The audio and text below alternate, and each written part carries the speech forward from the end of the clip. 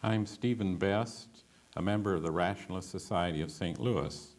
We are bringing to you our program Freethinking 101, to help you, along with us, to think of things and to look into the recesses of your mind and sweep out some of the cobwebs there and dust off some of your ideas. And we hope to help you do that with our program tonight. This evening our guest is Barbara Stocker, a member of the Rationalist Society, and she is going to look into the program or the area of levitation. And it's a concept that many of you have heard about, and you've seen magicians on stage levitating very handsome-looking young ladies. Some of the information she's going to use is from a magazine called Skeptical Inquirer. This is a magazine published by the Committee for the Scientific Investigation of Claims of the Paranormal. And it does cover in some depth information about levitation. And so we will go into that. Barbara, what can you tell us about levitation? Well, Steve, there are 3 articles in the magazine that you mentioned. One by B. Premanand, an Indian, and he talks about levitation in India a little bit. Another by Gordon Stein, who goes into the more historical aspects of levitation. And the third is by Warner Clements, who talks about some of the physics involved. I can discuss some of that, but I'm not going to go into the detailed mathematical things that he does. But as you mentioned, usually today we often think of levitation as a stage trick, and it's frankly an illusion. It kind of looks good. You see the young lady on the stage, and the magician around her, but not quite all the way. Yeah. And you notice her hair hangs down. Yeah. Her gown is still influenced Floating. by gravity. So, and it's all kind of rigid, maybe not quite the free floating thing that you might expect. I always wonder how they do that. We're really levitating. So you have to realize that there are some wires or a hydraulic jack. Something is there that you don't see. And it is admitted fakery. They just don't tell you how they've done it. That's their secret. Of course. It's impressive, though. But you're not going to talk about that, right? No, there are aspects of levitation that people have real belief in. One of the most famous ones that is brought out by Premanand is the Indian rope trick. Now, all accounts that they were able to find on this are at least second or third hand. Today, they can't find any actual eyewitnesses to this trick, but it went something like this. It was usually dusk.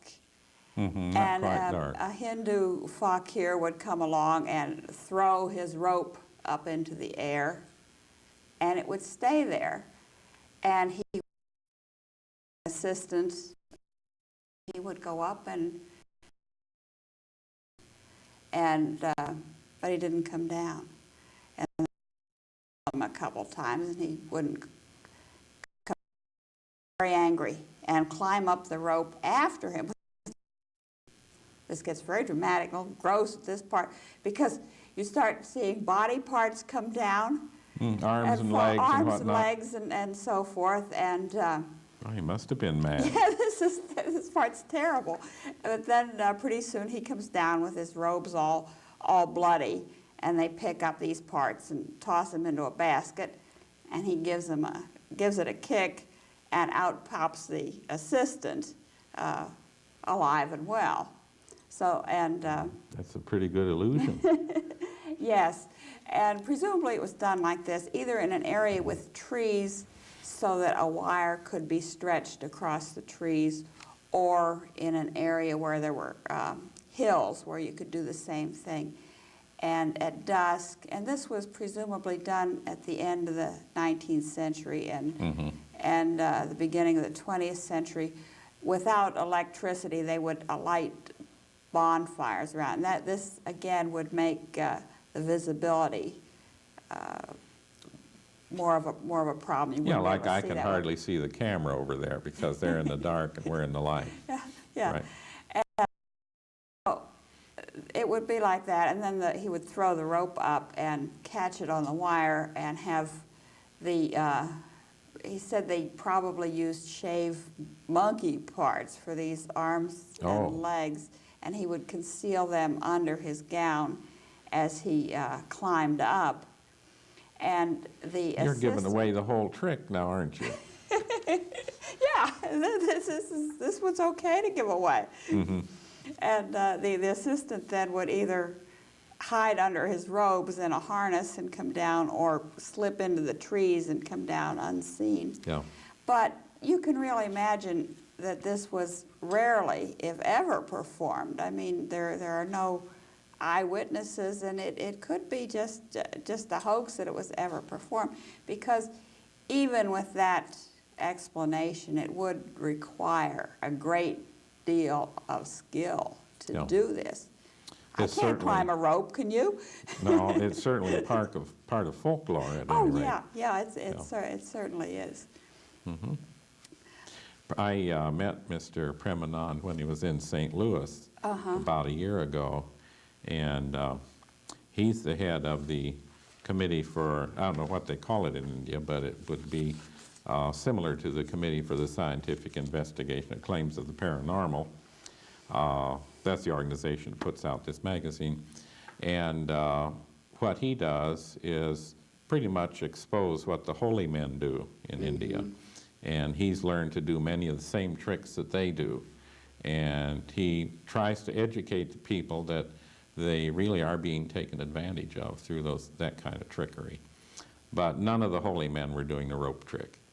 So it really is difficult. Well, some of the other things, I think today the biggest use of or exploitation of levitation is in transcendental meditation. They use the levitation in their advertisement, and presumably if you practice transcendental meditation well enough and learn how to do this, you'll be able to sit in the lotus position and levitate off the ground. And James Randi has some pictures of this in his book Flim Flam.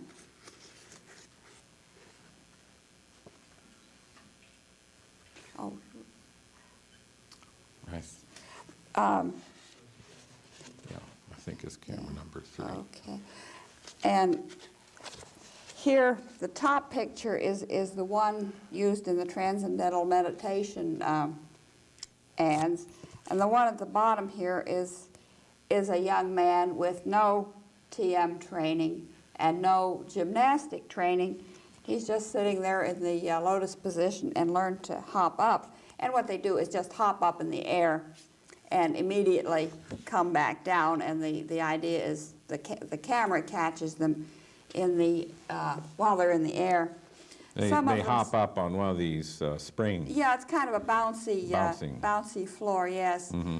And some of them say, well, with practice they think they could learn to stay up there, but when you question them, they have to admit that they haven't done this. Mm-hmm. I think TM, if I'm not mistaken, they were offering a course in learning how to levitate, and the course cost $3,000. And that's what I heard. I won't vouch for that, but I heard did you hear whether or not you got your money back if you didn't learn to levitate? No, I haven't heard that. The thing I think would be important if someone really could do it, it would be common knowledge throughout the world and stage and you really would know that it was possible. You think Geraldo would find it if nobody else did? Yeah, or one of those programs. The news people would be there. Yeah. Did the articles that you read, did they get into any of the levitation of some of the spiritualists? That's another one, particularly during the, well, there was one in particular, D.D. Home, at the end of the able, and there's written about, and he never charged for his seances. Of course, he accepted contributions, but he didn't charge. And what he seemed to do would be able to rise in course. Once he was caught 2 arms, and what they think he did, people didn't see his whole body. They would see maybe his feet. No. So what they think he did was simply take his shoes off, put them on his hands, and you would see his feet, but you wouldn't see the rest of his body. And they also said his voice came from high up. Well, this can be done by standing on a chair. His most famous things was one time he went to a different room, supposedly opened the window, floated out of the window, and came back in the room the where other the people. window. Yeah. Now he didn't let anybody go into the second room with him. They just went in later and found the window open about 18 inches. Yeah. They had photographs of the place where this took place. The building has since been torn down. It was supposedly 80 feet above the ground with little balconies outside each window, and presumably 7 feet between them. But the photographs show it's maybe only 35 feet off the ground and 4 feet between the balconies. So it would be possible to climb out one window And in the other. over the 4-foot balcony and back into the second window. So you suspect subterfuge there, too. So, yeah. They used for showing levitation, again, it was in a darkened room very well. So, and you could see body, or presumably the body, moving window and back. And this could well be done with sticks, you know, with shoes on the end of sticks. So there were somewhere that this has gone very much into decline since the invention of infrared photography. And that would certainly do it, because then the darkness would not be a cover-up. That wouldn't be a good cover. Yeah. Another thing that happens in seances, of course, is the Table tilting? table tilting and rising. rising, right, and presumably it's based on everybody joining hands, and all of a sudden the table comes up, and now one explanation for this, it takes 2 people in cooperation, but there's hooks just hidden in the sleeves, see, so then you all join hands, engage the hooks, and the leader, the person putting on the seance says, the table is rising. And sure enough, it comes up.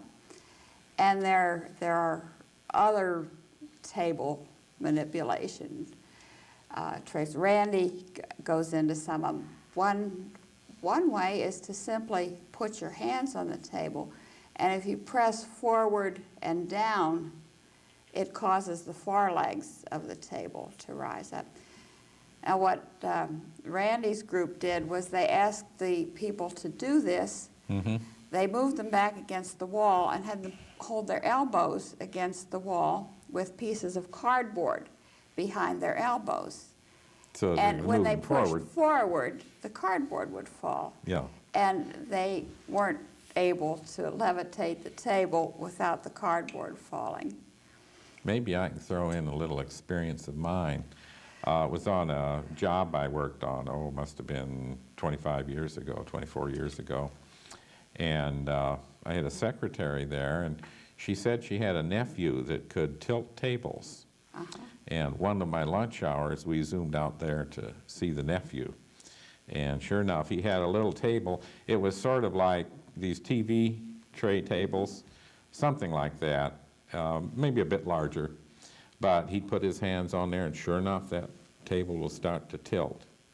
And he could tilt it one way, tilt it forward, tilt it backwards. I says, oh, I bet I can do that. So I sat down and I tilted the table the same way he was doing. And he says, but you're pressing your hands down. I said, well, I thought that's probably what you were doing. But then the secretary said, I know what we can do. I'll sprinkle some powder on the table and then see if about tilting the table. And she sprinkled it on there, and this guy, his hands were slipping all over the thing, and he couldn't get it to tilt at all. You know, some of this slick powder.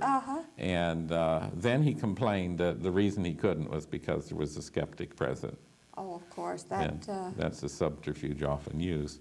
But that was an interesting experience, and the secretary really helped in that case. And there's also the old ledge of the shoe under the table leg. You know, foot under the leg and space. You can slide the shoes where the sole comes out a little bit. You can slide that edge of the sole under the ridge and put your hand on the table right over that leg and lift up on the foot, and you can get that table right off the ground. Yeah. Real slick. Very nice. I think, I don't know if it was in Flim Flam, but James Randi designed a table that was not could not be tilted. Oh, really? I think it's in there, but it may be another book. And it was designed in a certain way so you just couldn't put the pressure in the right place. And something of that sort. And he tested, and of course they couldn't. Of course. And I think that brings up an interesting explanation. More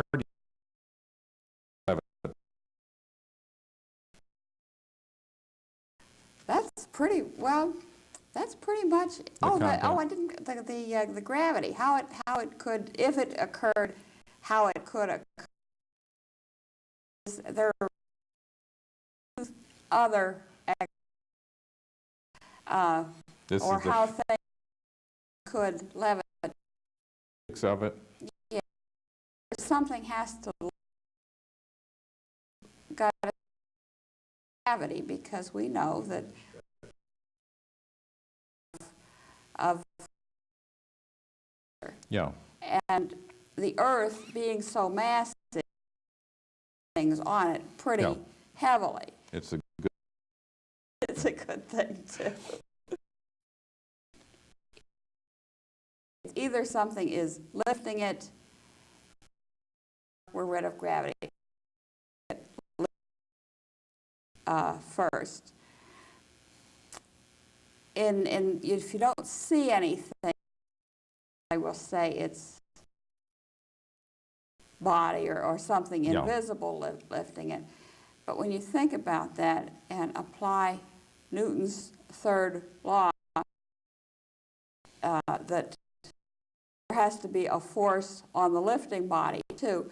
For example, something, you would be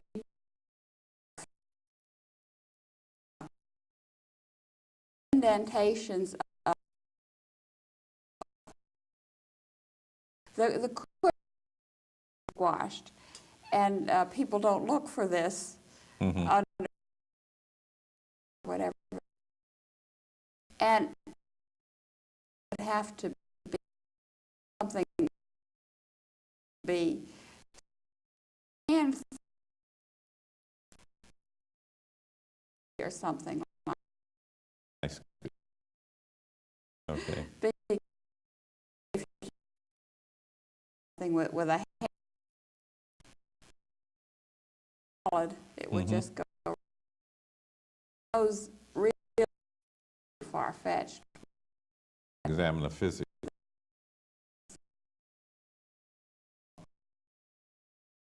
Inquirer, notes that I think ties in to this,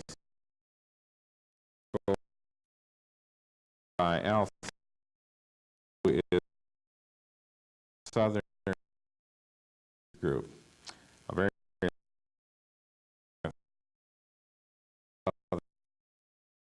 he had a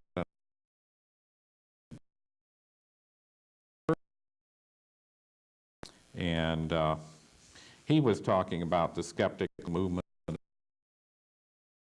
and he feels that the skeptical movement has an excellent opportunity to encourage better thinking skills.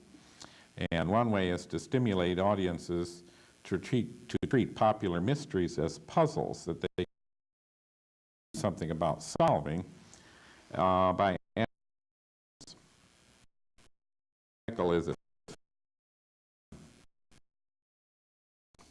in the general population, he says, there is a widespread ignorance about science, belief in the pseudoscience and crystals and all sorts of strange things, and levitation,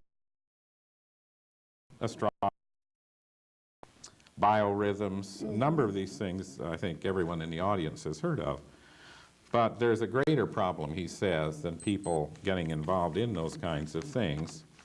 More of a problem than just a growing belief in the pseudosciences. And this problem is that people are not evaluating information properly. And that has very serious consequences.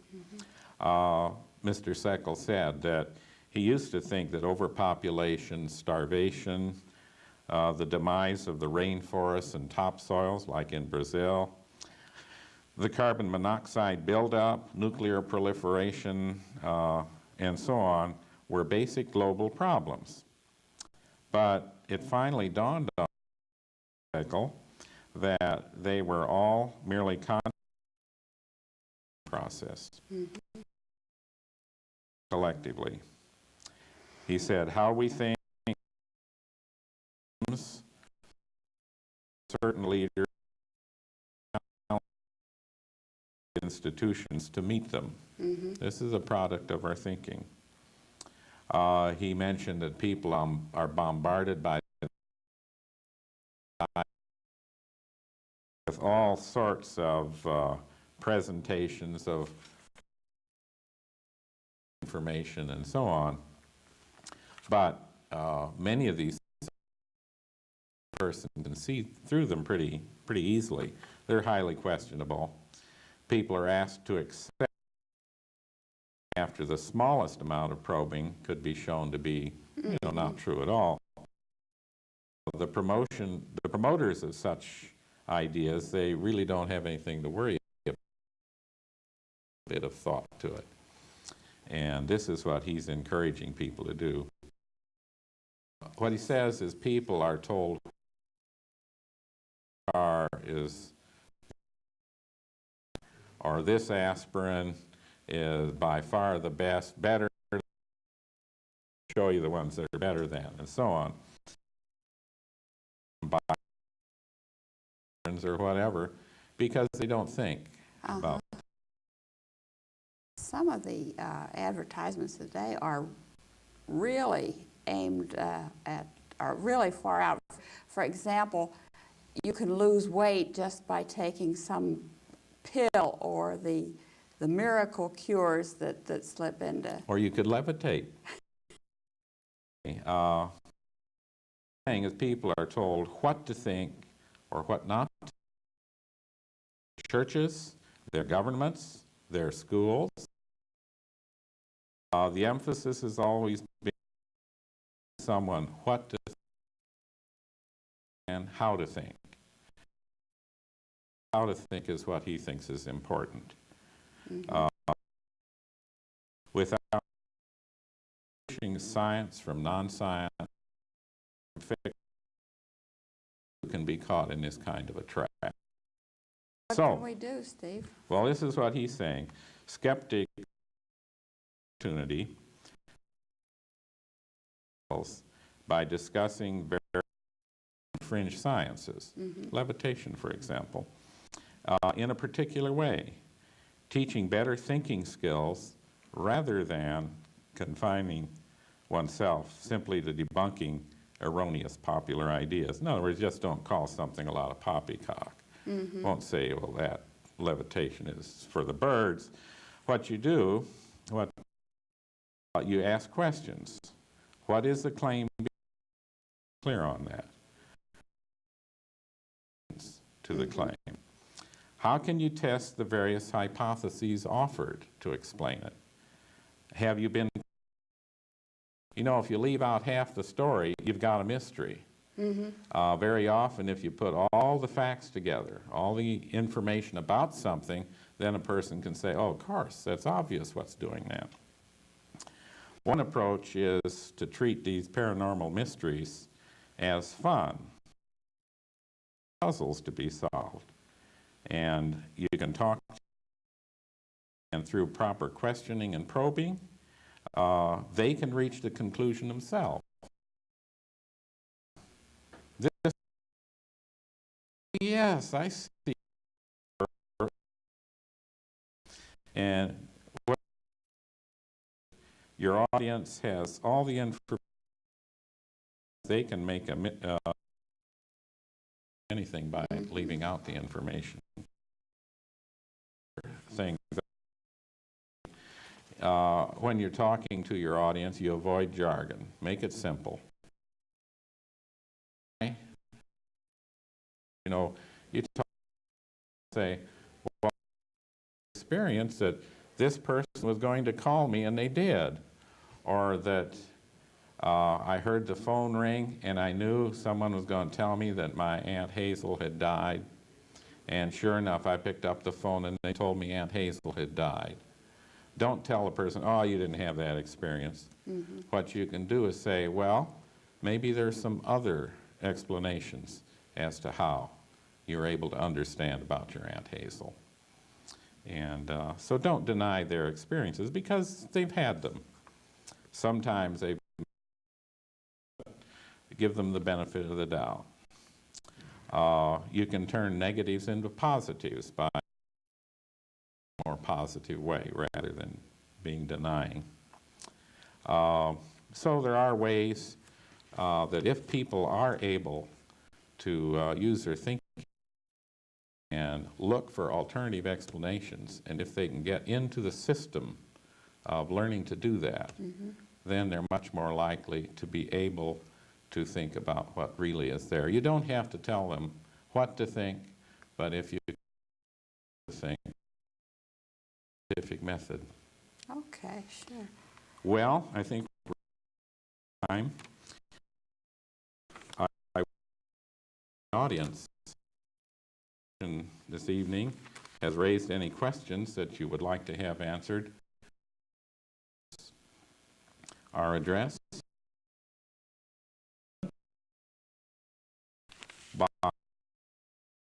St. Louis. We would like to hear from you and information to you. If particularly in our program, we thank you very much.